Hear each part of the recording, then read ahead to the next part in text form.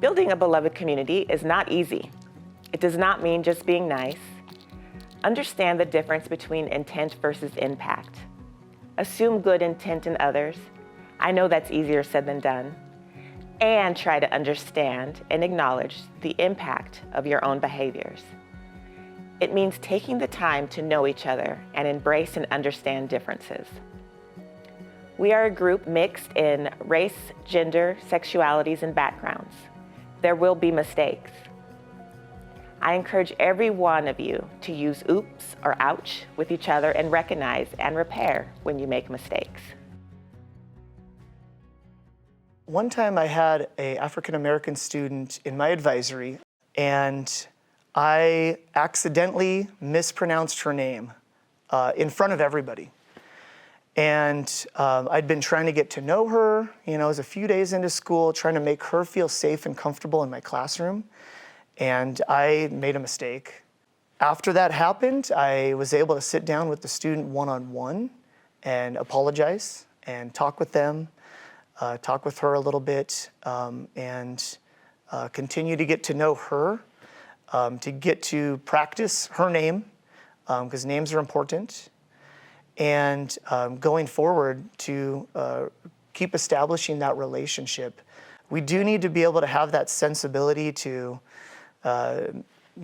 make mistakes and feel okay about that and feel like we can still have a good community and repair that. In fact, I think that's what makes good communities is people do make mistakes and learn from it. That's how we get to a new level.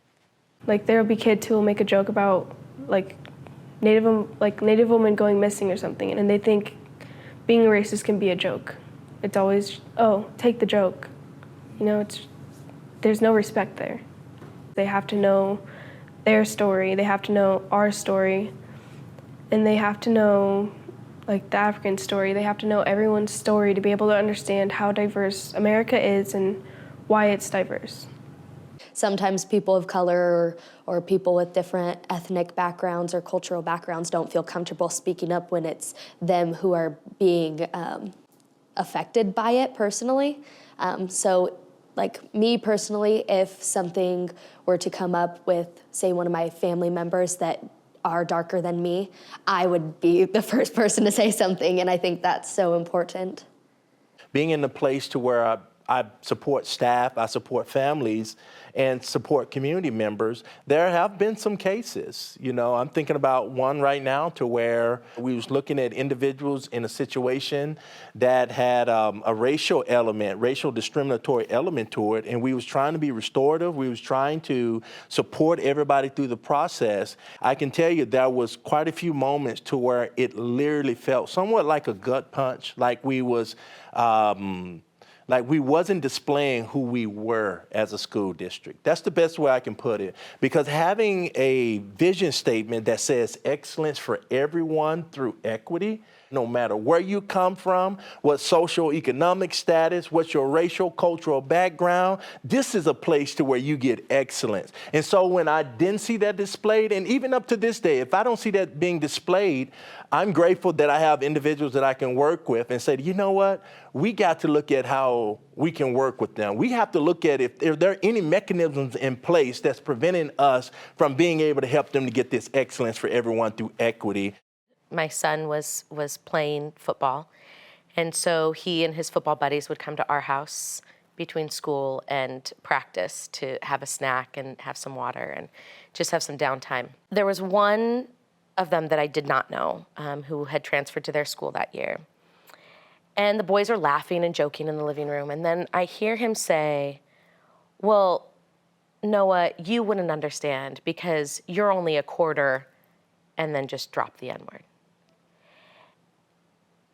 And it was like everything stopped.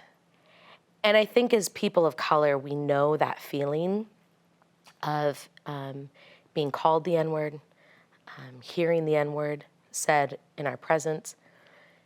But as a parent, to hear it said to my child was a different level of pain and hurt. And watching he and his best friend, who's Black, listen to the other boys' awkwardness and uncomfortability, but not saying anything. And going, gosh, I know that feeling. You know, the times that happened to me as a student or at other times in my life, and wishing there was somebody else there to say, hey, that's not okay. And so that's what I did. And I said, excuse me. I said, did you just say what I thought I heard you say? And he said, well, I wasn't saying it to his best friend who's dark-skinned and Black. Well, I wasn't saying it to him. I was saying it to Noah. And I'm like, my son? And that felt okay to you? There was no part of him that thought that he had done something wrong, that he had done something that somebody was going to call him out on. He was absolutely ignorant to the fact of the harm that he had just caused. And I said, that word is not allowed in my home. And right then, of course, the other mom shows up to pick up the kids and drive them to practice. And the boys are like, awkward, grabbing their bags. But Noah's best friend came up to me and he said, I'm so sorry he said that in your home, Miss Erin. And I pulled he and Noah aside and I said, you never apologize for the ignorance of other people, ever. That is not your fault. That is not, and here this other person was who didn't say they were sorry, didn't say anything. And here the two boys of color are apologizing to me. Mom, I'm so sorry he said that in the house. And it was just this like deep sadness of, if this could happen in my home with me sitting right here, what are they experiencing at school? I know what they're experiencing, but to see it firsthand was probably one of the biggest hurts in my heart. As in all relationships, it is important to have healthy boundaries. What I mean about healthy boundaries is that it is okay to have non-negotiables. When I refer to non-negotiables, I mean words or actions that are absolutely unacceptable. For example, Spokane Public Schools does not accept the use of the N-word in any form by both adults and students. This encompasses all reasons behind the use, meaning text in an educational lesson or repeating the word in a conversation about discipline for the use of the word. For me personally, a non-negotiable is do not touch my hair. This is a non-negotiable for me culturally and also is felt in the Native American community. I encourage you all to discuss in your buildings non-negotiables as we build beloved community together. Students would experience land-based education. They would experience environmental learning. They would know where they are. They would know that we're on the lands of the Spokane and what that means. They would be able to reclaim Indigenous knowledge and learning, our ways of knowing, and I'm talking all students. They would be participating in this. They would be able to experience language revitalization, culture revitalization, not waiting until they graduated from high school to find a job that, you know, supports the community, but they would be involved in that work throughout their education. I feel like people are trying to start already to like be more out there, doing more culture stuff, like activities like at colleges and at schools. And I feel like that shouldn't be just in like schools, it should be more of like a community and like a society thing. My magic wand would definitely include a lot of themes of safety. So I would get rid of food insecurity. I would get rid of students feeling insecure about being their true selves at school. I would want them to know that they're safe at school at all times, that they can really express themselves how they want to. And I would want them to hold each other up. And so I want them to feel like somebody has my back. You know, whether it's an adult in the building, another student, I want every student to be known in every building truly known by at least one adult? I would download messages that would validate that they're more than worth everything that is going on that they have right now. And what I mean by it, they're more than worth to have adults around them who believe that they got potential that can far exceed where they are right now. I would love to be able to speak with each and every last one of them and say that, you know what, you may have a troubled past. You may have come from a place to where it appeared that you may not would have even survived, but you are here right now at this point in time, at this point in history, and I believe that your value is unquestionable. You think about how much time a kid is in a school, right? Every day, hours and hours every day, and if they're not feeling cared for, if they're not feeling seen, if they're not feeling respected, if they're not feeling celebrated, wow.